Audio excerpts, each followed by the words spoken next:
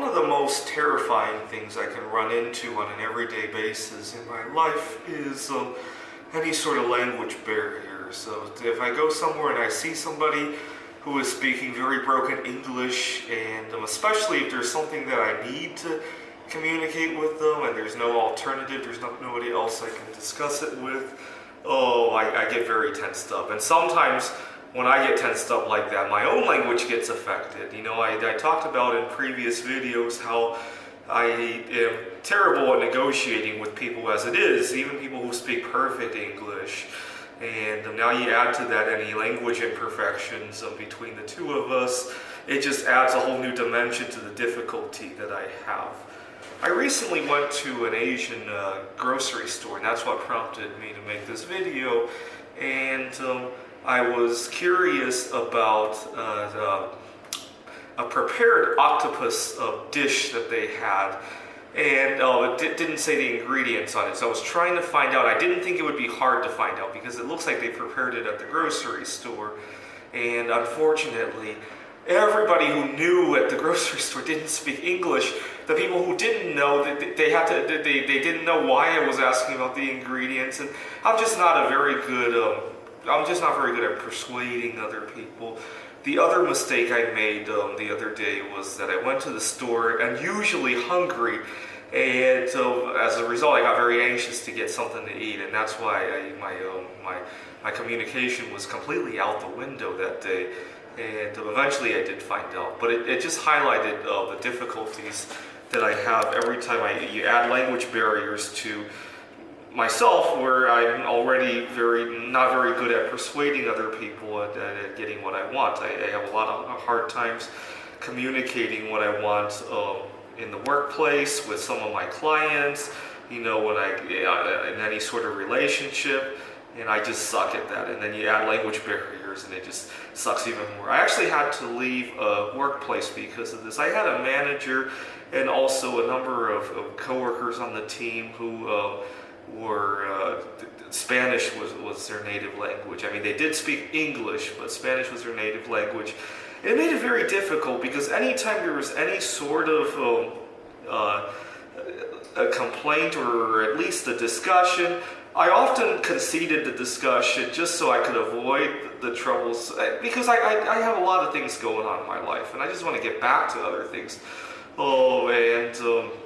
As a result, I landed a different job, and I just left because I had so much stress related to this that at the end of the day, I would be so stressed out. You guys saw me make videos on outer space. You know, I would be so stressed out.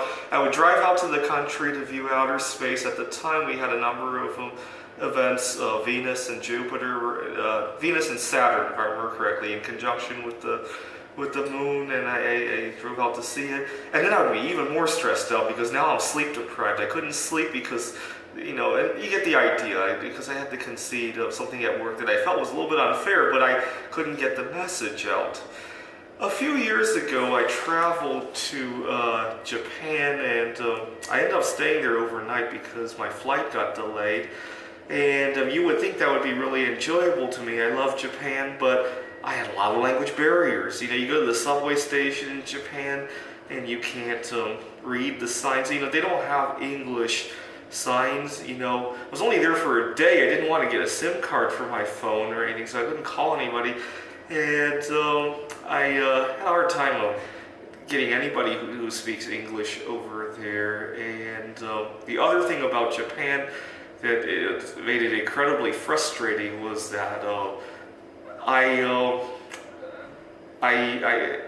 kind of like Japanese girls, and I would see a girl that I like, and I would wish I could start a conversation with her, but again, language barriers, and I wasn't able to do that. I don't have trouble with Taiwan. I speak Chinese, but some people there speak Taiwanese.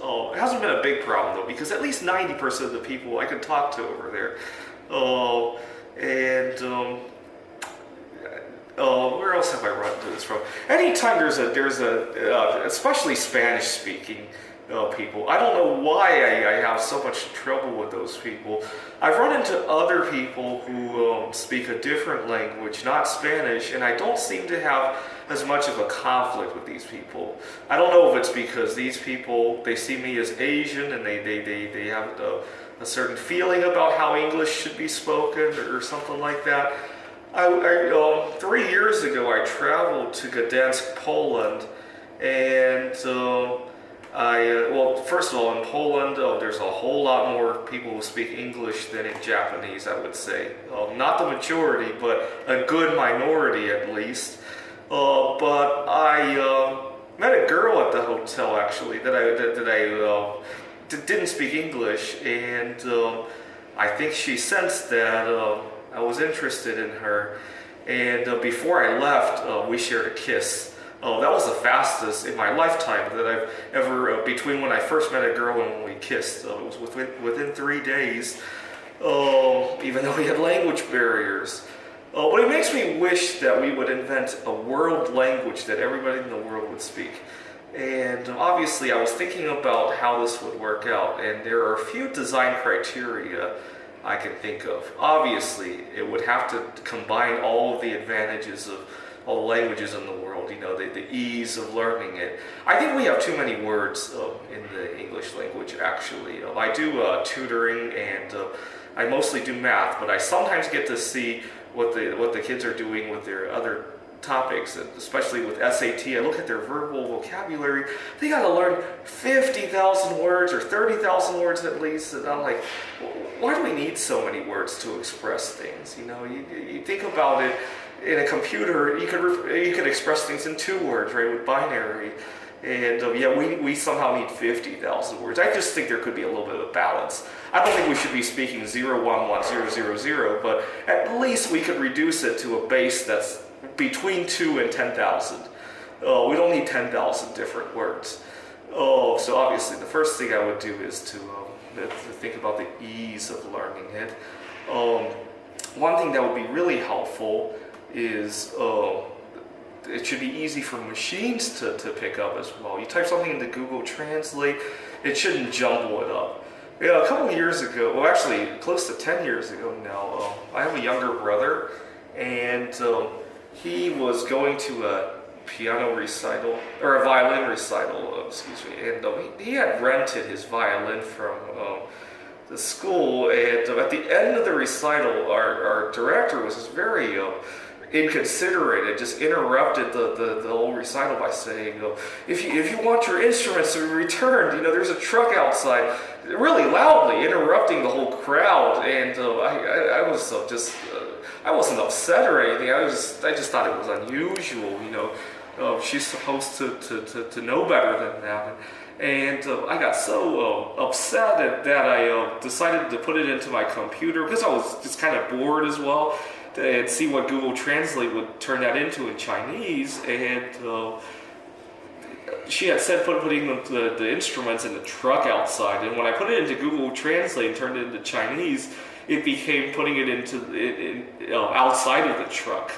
Obviously, if we were to design a world language, we would want to avoid things like that can lead to ambiguity. There are certain sentences in English that could be read 2 different ways, believe it or not. I'll let you read about this. I can't really think of one off the top of my head.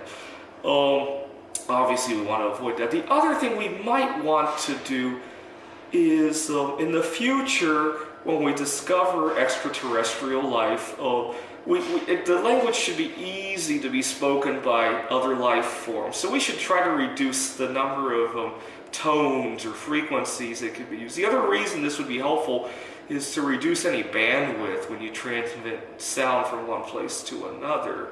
So those are the main 3 criteria I can think of if we were to invent a world language. And like I said earlier in the video, there are a lot of places where this would greatly reduce stress for myself, and I think for a lot of people as well.